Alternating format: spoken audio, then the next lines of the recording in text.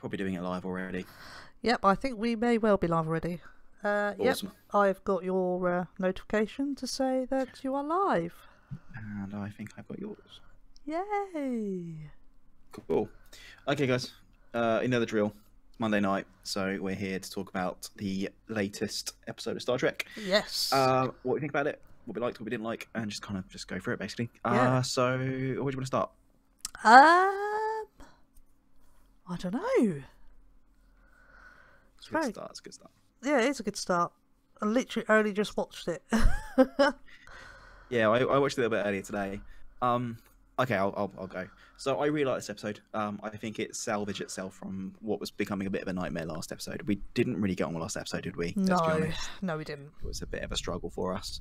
I really enjoyed this episode. I quite liked that it was less about the whole gung-ho, like, sort of gun fights and stuff that it was last time. Yeah. And there was a lot more Star Trekking involved. There was. And I did enjoy the whole subplot. I really enjoyed the subplot with Sarek.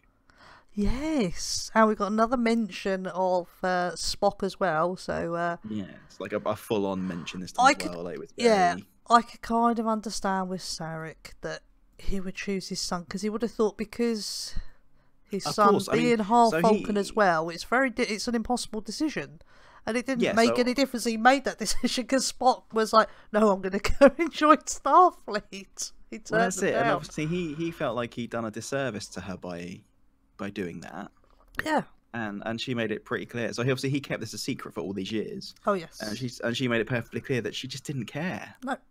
Like, of course he'd choose his son. She had no, she didn't even consider that would be an issue. No.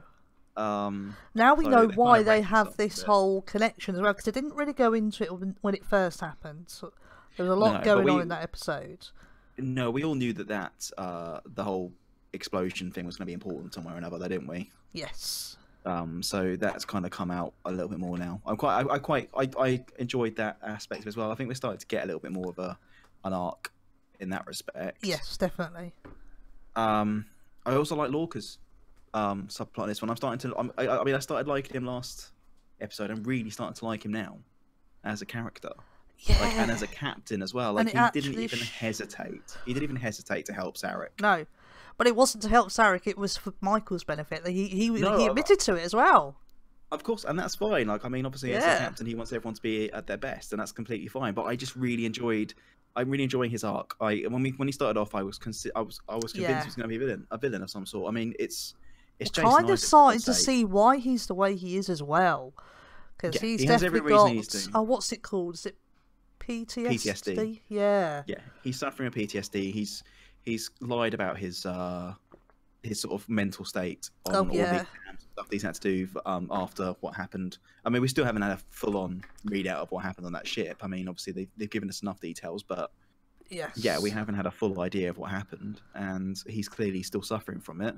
And I think that his friend, is it the Admiral, his friend? Yes. Is it? So obviously she's now in danger, so he's going to have to go and save her. I kind of saw that coming. I thought she was actually going to die. I thought maybe, has he sabotaged it? No. And the way he walked away, I was like, no, maybe he hasn't sabotaged it, but he knows that she's going to be in some sort of danger. It's almost, it definitely benefited him with that happening.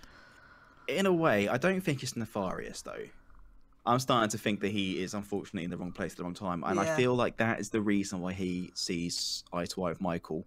It was kind of put on today, wasn't it? Because what's the name? The woman in it was talking about the fact that that like her roommate was talking about the fact that he seems to have adopted the tactical guy that helped him out of prison. Yes. And obviously when Michael kind of states, like, Michael says something, she's like, well, I don't know why you're saying that. You're the first one that he did, and it's true. Yeah. Like, he has a soft spot for her, and I think it's because... And look at that cadet. Like, you look at her, and she doesn't seem like she's the sort of person the captain picked. But the reason he picked her is not because of her physical ability; it's her mental ability. She's very clever. She's good at what she knows. He knows who he's got on his ship. And obviously, that's what Michael was telling her, wasn't it? Because she was saying about why we're doing the physical stuff, and she's like, well, because you are already fine in the mental department. We all know that, but you need to be able to do the physical side of being a captain. Yes. And I really enjoyed it. Like I like that sort of spin on it, and I get, as I said, I really enjoyed the Lorca subplot in this one. I love the little scene in the what do they call it? It's not canteen, but anyway, where the mess, they call it. Yes. And ordering her food, and she's like, no, change that. Oh yeah, that did make me laugh. And then she whispers to the computer, I'll have salsa on it. And then she's like, no, tomato salsa. Yeah. It's kind of scary. Yeah, I did like that. It's like having a personal trainer. Yeah. I do like those moments that those two have. Yeah, they have a really good. I think their relationship starts to spark off something. I think the reason though is because they haven't had anything to do together thus far, really. And like every time they go on missions, it's been like multiple people there. So. And Michael's like, no, I want her to come with me, and it's like, yeah, fine. Well, I'm picking the pilot. Well, yeah, that's fine. And I mean, I'm really starting to like Lorca as a captain. I think I had a little bit of bias because it's Jason Isaacs, and he very rarely plays a good guy. This is true. But I feel like they've utilized that ability he has to be quite sinister. Yes. In a way to put people on edge of his character a little bit. But the more I'm getting out of him, the more I just feel like he's. I think, as I said, I think he just sees a lot of himself in Michael, in regards to the PTSD elements of it. Obviously, she's not showing it because she's got the Vulcan side of her. Yes. But she clearly is suffering from that to some extent. Oh yeah.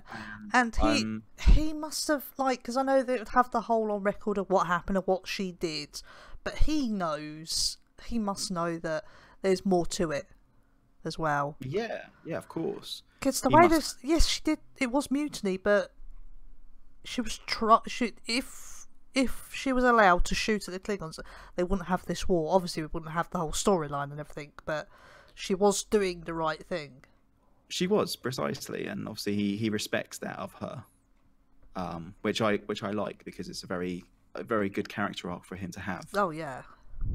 It's a very good character trait, and yeah, I'm kind of happy that he's a lot more on board now, and obviously, as you said, it's made it quite clear that it's for her benefit. He doesn't care what he's doing as long as she is happy. Yeah. And that's a very big thing for a captain to say. He's really, I mean, obviously now he's put her on the bridge as well. So she's now part of his inner circle, which is a massive deal. I love that scene where he's like, you're not allowed to say no, and she's just like, I wasn't going to say no anyway. Like, I accept. Yeah, I'm all about straight away. Yeah, that bit did crack me up. But yeah, I kind of feel like the crew is now starting to come together, and this is what, like, so the issue I had with last episode is starting to get really gung ho, and they kept splitting people up. Yes.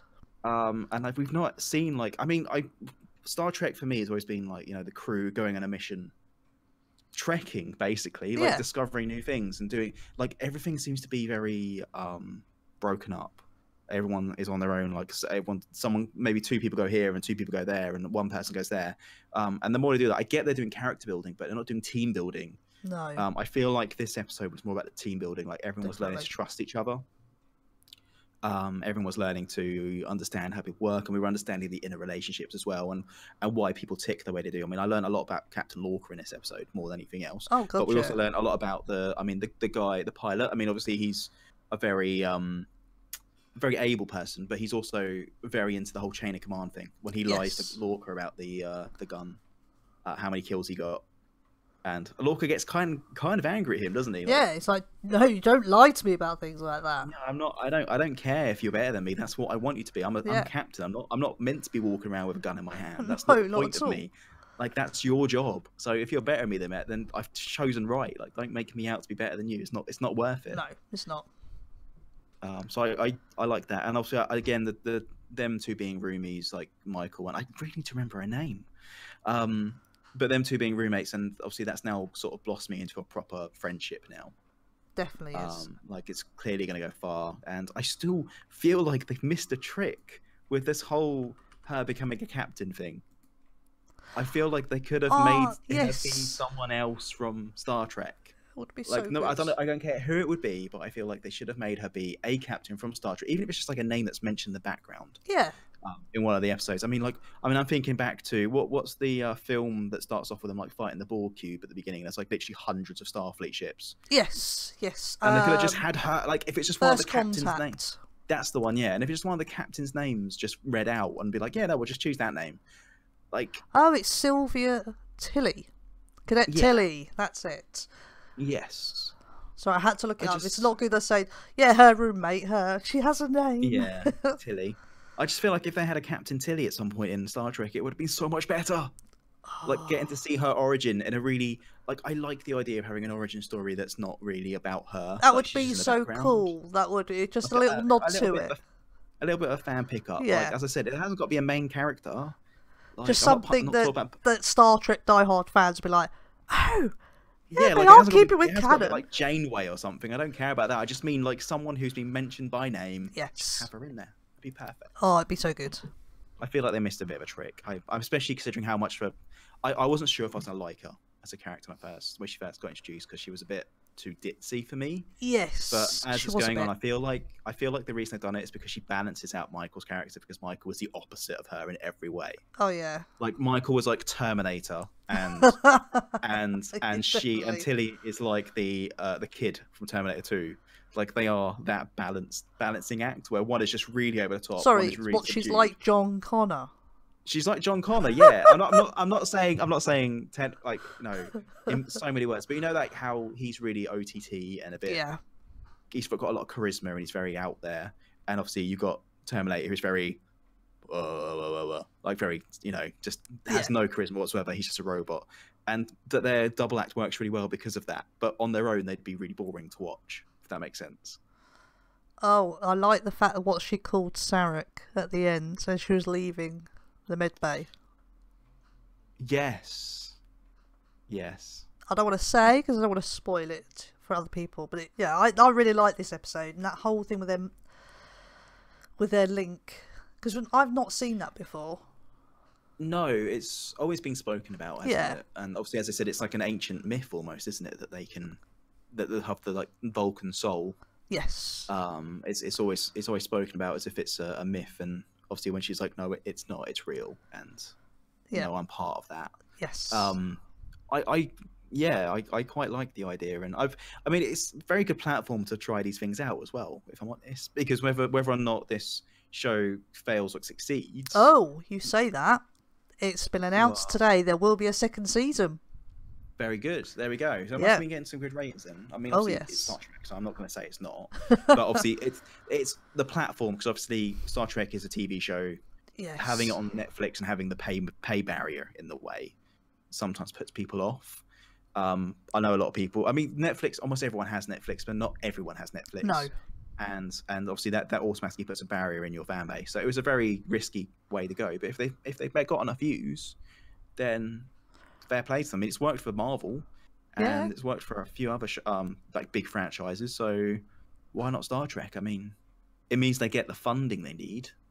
Oh yeah, they are definitely using the money, aren't they? Look at the quality of the. It is like almost like watching like half a film every time. It's because of the effects. It's got the JJ quality. I very much think they've very much, so the bar is set in terms of characterization. That is very much set on the sort of old school Star Trek style. Yeah. And then the look and feel is very much JJ. They've literally taken JJ style. They have. Yeah, I mean, there's a few bits. Obviously, we've spoken about it's less white. Stuff. Oh, and they also mentioned the constitutional class starship, a certain starship. Yes, they did. Yes. Yeah, they're not going to tie it together though. I think it'd be a bit weird if they did that this soon on. Maybe next season. They get away with it more. But if they did that now, I'll be a bit like. But it means that. See, I'm not sure, because she spoke about a certain constitutional class ship. Yes. But Spock is younger than her, from what I got. Yeah. So I'm not sure if that lines up correctly. I'm not sure. Because I thought that... You may as well just say the name, then, because, like... I've got spoilers written over No, it's fine. Yeah, no, because the Enterprise was first under Captain Pike. Yes. Of course, I forget. Yeah, and then it's given over to Kirk. Yeah, no, it's. I mean, I don't know how long Pike has it. I don't know. But they do mention because they have mentioned Captain Pike here. Well, actually, you're saying. I mean, obviously, I'm basing this off very limited knowledge, but I mean, the way they played it in JJ's version is that Pike only has her for her maiden voyage. Oh yes, yes. Because literally, I mean, the first Star Trek film that JJ made. I mean, he takes her. I think it was more of a was it called play homage to it? I think it's more likely, yeah. But I mean, if we're going timeline-wise, obviously, I don't know what the timeline was originally, but the timeline of JJ's, depending on what everything can change, can't it? Because they changed the timeline, didn't they? I don't know what timeline they're basing this off, and have they actually said where this is going to sit, or is it going to be its own universe until they decide? I mean, fair play to them if they make it its own universe until they have definitely got enough traction to keep it going. But I don't know whether that's the case. It's only actually set roughly 10 years before the events of the Star Trek original series. Okay, and is that the universe they're sitting in? Because so that's why you've still got the Enterprise there, because these ships have to be built to last. Of course. Obviously, you can update them. So yeah, that does make sense. That makes sense. Okay, that's fair. I'm just going. Obviously, if we go by the JJ side of things, then obviously when Kirk becomes captain, I mean acting captain, that I mean he's basically in its maiden voyage. Yeah. So if they have introduced or just named it in this, then obviously that's going to be. But then I'm saying that, but then obviously there are multiple versions of the Enterprise as well, aren't there? I mean, there's. Obviously, the NX version is in there as well. Well, that's set like before 100 years. I think it's about 100 years before. In the before times. It's when it first started. I think it's the Falcons didn't really want us to go out into space. Yeah. Yeah. So I mean, we could. They controlled us for too long, and it was one of the first of its kind ships. Yeah, so basically what we're saying is it could be any version of these then. So it might not even be the version that Pike actually has. It could just be a version of the Enterprise. No, it's the Enterprise. It's the Enterprise original TV series is a constitutional class Enterprise. I'm sure it is. Oh yeah, no, I'm not denying that, but I mean, is it the only time it's being classed as that, or is that the only? I don't know how it works. Obviously, no, USS Enterprise is a name that's used even now because I have an aircraft carrier called USS Enterprise. Yes, that's. I'm not talking about that. I'm talking about Federation. Don't care about any of that. I know, but I'm just saying how names work. That's why they have the A, B, C, D, and E, and I think there's been F as well. Yeah, but they wouldn't turn around and say the Enterprise A in the series, would they? No, because it started off just as the Enterprise, and then when she got her overhaul. Yeah. Because she wasn't A, that's why they wouldn't meant to say it. Okay, no, that's fair. And you would still call it Enterprise anyway. It's the registration that has the A, B, C, D, E, F, G, and everything on there. She's like the flag. Enterprise has always been like the flagship of the Federation. Mm-hmm. Okay. Sorry. So that's all about. I love the Enterprise. No. I mean, this is why I want to do this for you. If I did this on my own, I'd be completely out of my depth. Oh. What? It's all right. I just something fell down. Oh, okay. Okay, so let's go back through. So we talked about Sarek and all that lot. Yeah. Well, it's anything I missed. This episode was quite streamlined. I'm going to say that because I'm now thinking we've almost covered everything. Yeah.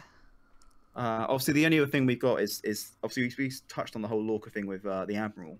So obviously, potentially getting his captaincy taken away from him, but obviously that, as of the end of the episode, seems unlikely. Yeah, definitely. Because of what happened. And the whole thing was as like he come up and said, "Oh yes, the Admiral's been taken. Blah blah blah. What should we do? Inform Starfleet." Oh. Yeah. Yeah, I think personally that. But he is doing the right thing because of what's happening at the moment. And as he said, it could be another trap. Yeah, I think there's two sides to this. Obviously, you could look at it and go, "Oh, he's being a bit of a prick because of the fact that she said what she said to him." But I think he respects her. Yes. And I think because he respects her, I think literally what he's trying to say is actually take a step back, what do I really need to do here? Because he's right. Yeah. I mean, potentially the Klingons know that he has a soft spot for her, and that's the reason they've taken her. So, well, they probably knew where she came from because she was on board the Discovery. They want to get their hands on the Discovery to get that's the. What I mean. Like, and he knows that because when he was last captured, they were talking about it. Like, that's what they were torturing him for. So, yeah, he's right. He shouldn't be running into this situation. And he did make a mistake with Sarek, but he did it for Michael. He wasn't doing it for himself. Obviously, he didn't say that because he didn't want to throw her under the bus. Oh God, no! But that's the reason why he did it. So I'm not actually thinking that he's doing something bad here. I think he's actually looking at logically and going, actually, I need to stop rushing into these situations because. Yeah. But Sarek is a good. He should have saved Sarek anyway because he's very good with negotiations. He's dealt with the Klingons before. He did He's done the whole thing with humans before. And if anything, it's a good thing. What happened to Sarek did happen as well, though. Yeah. Because otherwise he would have been captured by Klingons, and I don't actually know what's worse. Yeah. Yeah, so it's kind of I really enjoyed this episode. It's definitely opened up a lot of I feel like the so every good sci-fi stroke fantasy story has to have this sort of tragic or like the momentum to push people on to do something. Yes. I feel like we finally hit that. It's taken this long. Yeah. Like, we're now taking us 6 episodes to get there, but I feel like we finally hit that moment where we're going to be propelled through the rest of the plot. Because, I mean, unless they clear this up really quickly, but it seems like it's going to be like the whole Save the Admiral situation. Yes. Which is a good plot point to be on. The fact they actually ended an episode on that, because this is the issue I've had. Every time something like this has happened, they've resolved it before the episode's ended. Yeah, they have, but they've actually left it on a cliffhanger. Yeah, the fact they've left on the cliffhanger for once makes you feel that this is going to go on for a little bit longer. Yes. And this is going to be a big point to play, because obviously it's now going to bring them against the Klingons properly, not just in little skirmishes here and there. They're actually going to have a proper fight about this. Yep. And I feel like it's going to actually resolve issues and actually get something moving so that we can actually justify a second season of this, which they've clearly put in. So I mean, I don't know how many more episodes are left. Well, this was episode 6. Is it 15? I think you said last time we spoke. I think it is. Yeah. So we're about almost halfway through, just under halfway. Although in terms of actual episodes for the season, if we forget the first 2, there are only 3 episodes in, so it's not too bad. We've had basically 2 episodes. Well, we've got 2 more episodes left until they take the break, and then the second chapter. It says actually January 2018, so it's not long to wait because you've got all Christmas and everything, haven't you? So you've got the second half of November and then December. There is also a lot of stuff they'll be competing with over the next few weeks. So let's have a break, come back in the new year, because then everybody will be like, oh, I'm sick of Christmas, give me Star Trek again. Yeah, perfect. Okay, well in that case, then it's about 3 episodes into, or 3 or 4 episodes into the actual story arc. Then, so it's not too bad. I think the 2 first episodes have really thrown me in terms of the amount, because we haven't watched this for a while, but we're not really on episode 6 if you think about it in terms of actual story. No, we're not. So it's not too bad, I suppose. It's just again lost in it, because I'm looking at the numbers going, I can't believe they're only just starting the storyline now, but really we've had a lot of character building, so it's fair. And it's looking on Wiki as well, you've got each episode has been directed by a different person.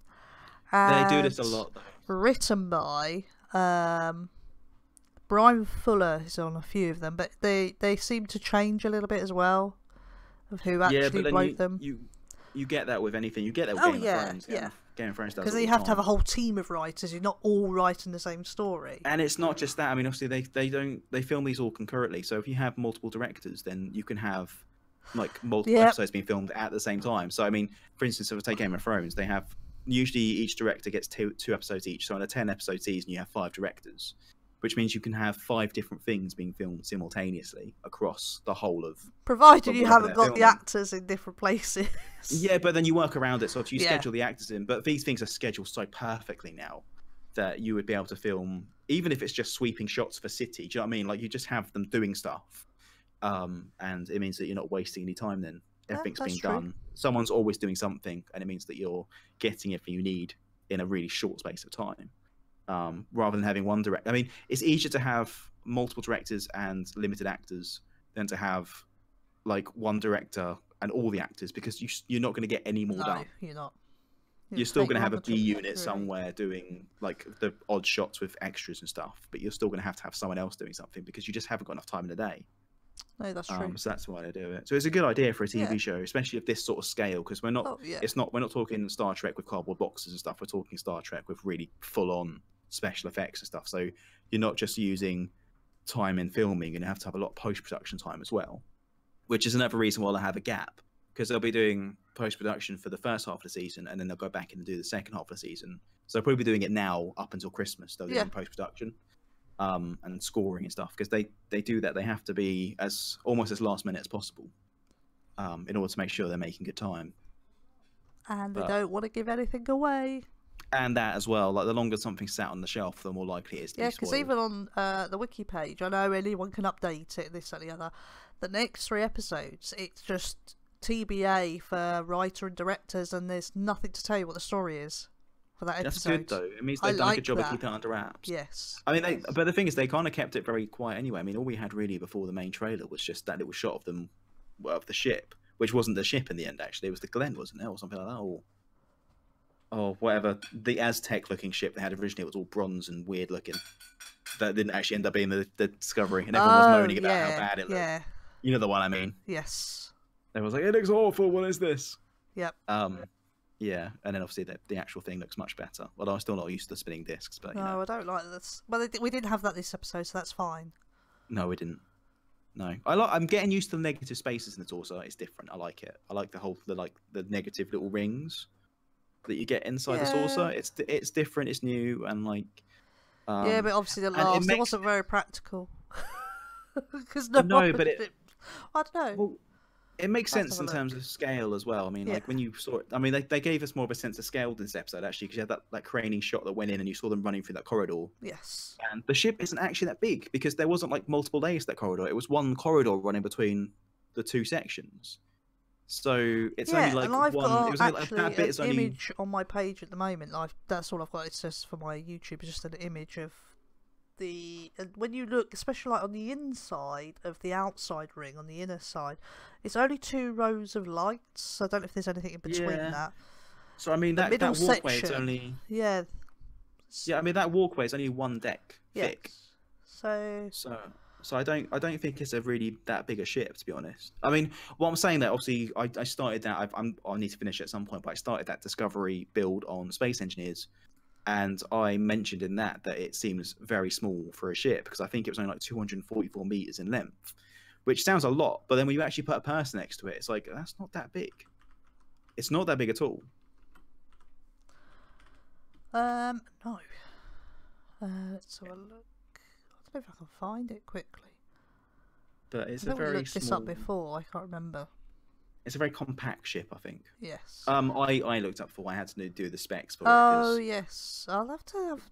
Oh, do you know what I'll have to dig out is an image. Of a comparison with the Enterprises that we know now. Well, now that it's out, they'll probably do more of them. The thing is because there was no actual images for ages. No. So when I was trying to build this bloody thing, I spent ages trying to find a picture of it, and obviously, as I said to you, it's the wrong picture, because it's not actually the version in the show. Nope. That I got a picture of in the end. But that's because there was literally no pictures at all. It wasn't until I watched the show that I realised, like, for instance, the bridge is on its own little orb in the middle. I didn't even know that. No. So yeah, it's being kept very under wraps. Even the look of the ship, like the details of it. We knew it was going to be like a delta wing looking thing. But that's not about the only design element that's come across. So. Right. Anyway, we've been about half an hour now. We have. We're now starting to talk about the ship, not the episode. Yeah. Just sort of just going on about stuff now. Yeah. Okay, so we'll call it there. But I think so. Final verdicts. I really enjoyed this episode. Yeah, I did. I like how we've got that cliffhanger as well. Yes, it's probably my favourite episode so far. It's I definitely put it up there. That's my favourite episode thus far. Definitely. So yeah. Well, cheers for watching, guys. Yes. As usual, like and subscribe. Make sure you check out Geeky M's as well. Yes, and anyone on my channel, please be sure to check out Woojemaflub. Is how I say it, Woojemaflub. Yes, and if I still haven't brought yet. I need to buy. Do you know what I need to buy? Is a bell. Whoa.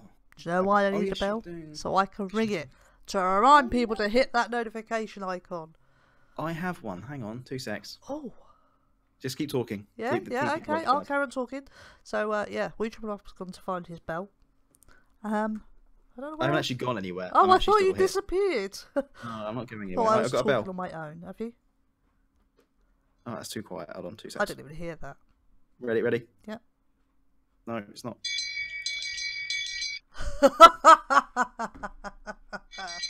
I'm so glad I haven't got a camera on because this is me just swinging my phone around like a madman.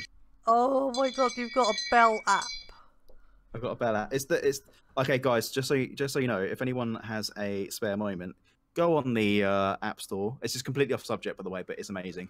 Go on the App Store, put in Game of Shame, and what you download is an app that has this on it. Shame. Oh. Shame. And then if you shake your phone, does the bell. It's the small things. It's the small things in life that make me satisfied. Yeah, if you're a fan of Game of Thrones, definitely download the app.